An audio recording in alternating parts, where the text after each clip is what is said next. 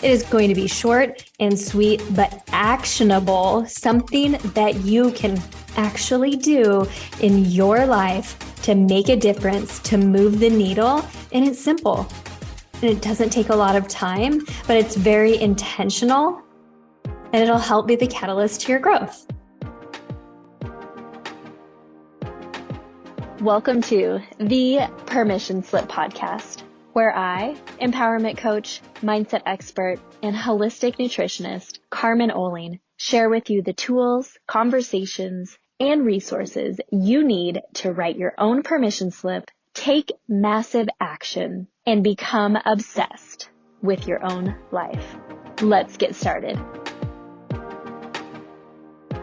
Welcome to the Permission Slip podcast. Welcome. Okay, it is well into January now, and I can still feel the energy. Oftentimes, I think that we go too hot, too heavy, too hard, too fast, too soon, which, anything too fast, too soon, too much, it kind of causes like mini trauma to us, right? Even if it's quote unquote positive things. But often we do that and then we lose steam and then we just wait for next year. Okay, maybe not wait for next year, but you get what I'm saying. We kind of give up. But this year has been a steady, easeful, yet fierceful focus on where I want to go. And I hope you can feel that too. The energy, I can really feel it in the collective.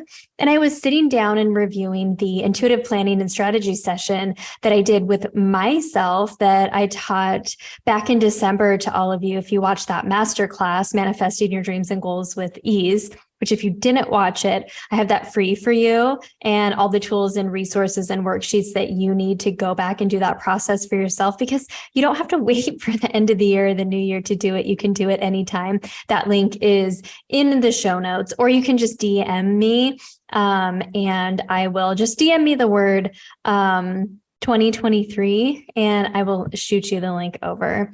Anyway, I was sitting back and I was looking at that, and part of it was reflecting on what really worked, what didn't work, what I was excited about, what lessons I learned, and all of that. And 4 really, really specific themes came through to me that I knew that if I focused on these themes as a priority, they would continue to transform me and my life and my business and my health and my relationships and more.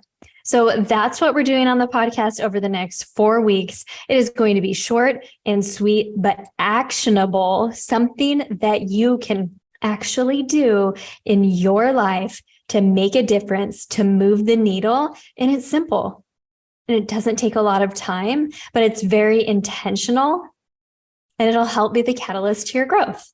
So here we go. We're going with number 1. We are in part 1. And you've probably heard this before. Get grounded. Your power is in your presence. Be present. And yeah, we've heard that before. But what does that really, really, really mean?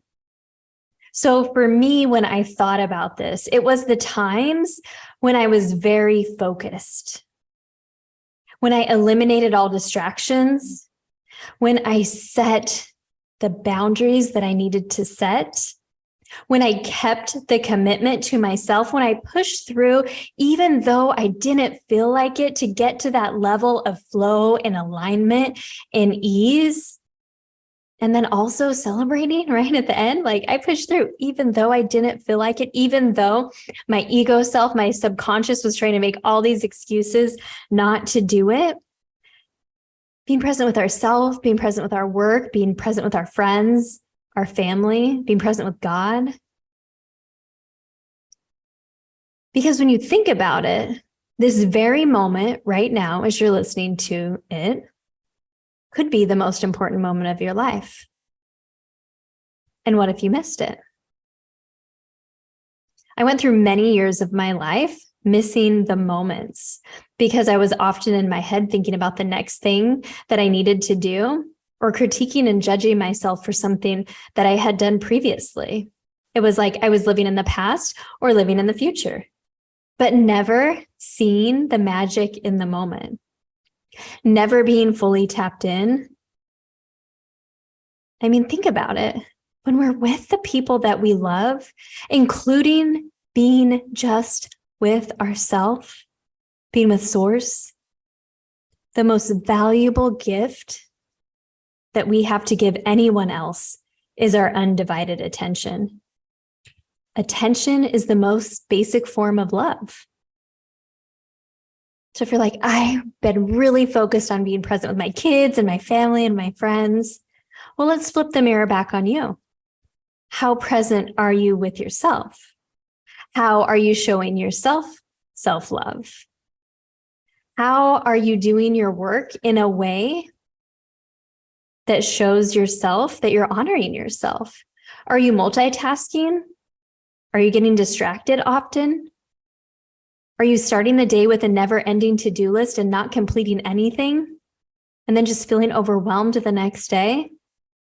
This is where you can take a step back. This is where you can go back to your intuitive planning, your visioning, your dreaming, and your strategy session for the year that you did. And like I said, just DM me the word 2023 and I'll send you the masterclass replay. And also where you can start planning your weeks with the brain dump. Scheduling based on your energy and not your time. Time's really irrelevant. It's really our energy that we need to protect. So the idea here is grounding yourself into the present moment. When you can be fully present, that's when you're using as many of your 5 senses as possible. That's when you have one tab open on your computer. And on the flip side, one tab open in your brain. You're not allowing for distractions and you're focused. That's when creativity can flow. That's when you're going to do your best work. That's when you're going to be the most interesting. If you're anything like me, you want to attend way more in-person events. I attended a ton last year and I love them. They give me life. They give me energy. They give me ideas and creativity, and just being around other like-minded humans just lifts me up and I love it. But often we hold ourselves back because we're worried about what we're going to say, what other people are going to think. And here's my tip to ground yourself in that moment is be the most interesting person by being the most interested. And that really means asking questions and then actively listening. If you're actively listening and not planning what you're going to say next, then you're going to have a really awesome follow-up question. Then you're going to actually make deep intentional relationships and create a safe space for both of you to share vulnerably. So being grounded and present in the moment. How do we do that when we have so much on our plate? You're probably asking yourself that. Well, something I love to incorporate every day, you've heard of daily rituals. I don't know if you've really heard of transition rituals. So what is that? That's when you move from one type of behavior or action to the next that's going to require a different energetic state from you. So maybe you're doing some creative writing and you're going to move into spending time with your family. Maybe you're doing some administrative tasks and you're going to move into doing something creative. Well, what about that space in the middle? Those few minutes that you can use to ground yourself back into your body and out of your head, out of your brain that's going to try to distract you 5,000 times, and get intentional about how you're going to show up and what is the end result that you would like and how you would like to feel during your next activity, interaction, whatever it is. I realized how important transition rituals were when I started working about 30 minutes away from home. So I'd always worked, like five or 10 minutes away from home. And so there was not a lot of time in between me getting off my demanding job and being home with my family. And so I wasn't as fully present as I could have been.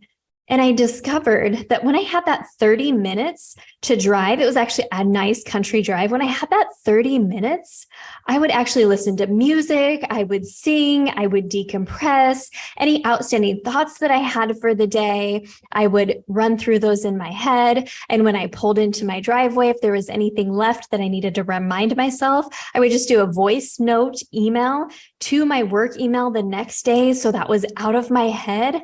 And then when I walked in, I was fully present. There wasn't anything else left over from my day. I was able to decompress, come back in my body, focus on my intention, which was to be fully present for my family. And that transition ritual really, really helped so much. So what if you could have a small transition ritual in between each of your activities so that you could be more intentional, more present, and more grounded in what you were going to do next? How do you think that would change things for you? That's what I want you to get curious about this week. So let me give you a quick one that you can try. So it's 3-3-3. So what I want you to do is I want you to take a really big deep breath in, hold for 3 seconds, breathe out for 3 seconds, hold for 3 seconds, breathe in fast and hard, hold for 3 seconds,